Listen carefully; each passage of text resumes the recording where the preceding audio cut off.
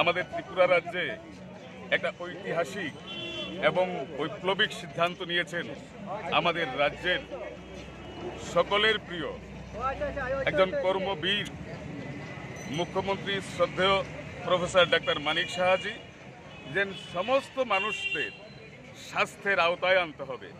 আমরা দেখেছি এই ত্রিপুরা রাজ্যের 9 লক্ষর উপরে যে পরিবারগুলো রয়েছেন তার মধ্যে প্রায় 5 লক্ষ পরিবার আয়ুষ্মান ভারতের আওতায় রয়েছেন, কিন্তু 4,15,000 পরিবারের মতো মানুষরা এই আওতায় আসতে পারেনি। তাই মুখ্যমন্ত্রীজি ওনাদের সকলের, এই রাজ্যের মানুষের সকলের স্বাস্থ্যের কথা চিন্তা করে তাদেরকেও সেই প্রধানমন্ত্রীর আয়ুষ্মান কার্ডের আদলেই ত্রিপুরা তো সিএম যে যোজনা জন আরোগ্য যোজনা সেটা চালু করেছেন গত 15ই ফেব্রুয়ারি।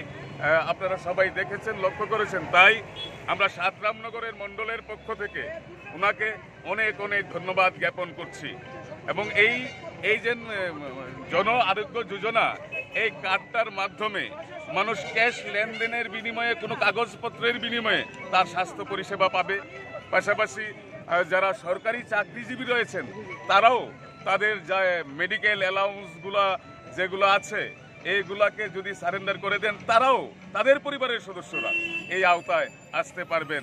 তাই আমাদের এই রাজ্যের সকল অংশের মানুষ আজকে গর্বিত, আনন্দিত, আপ্লুত আমাদের এই রাজ্যের মুখ্যমন্ত্রীর জন্য।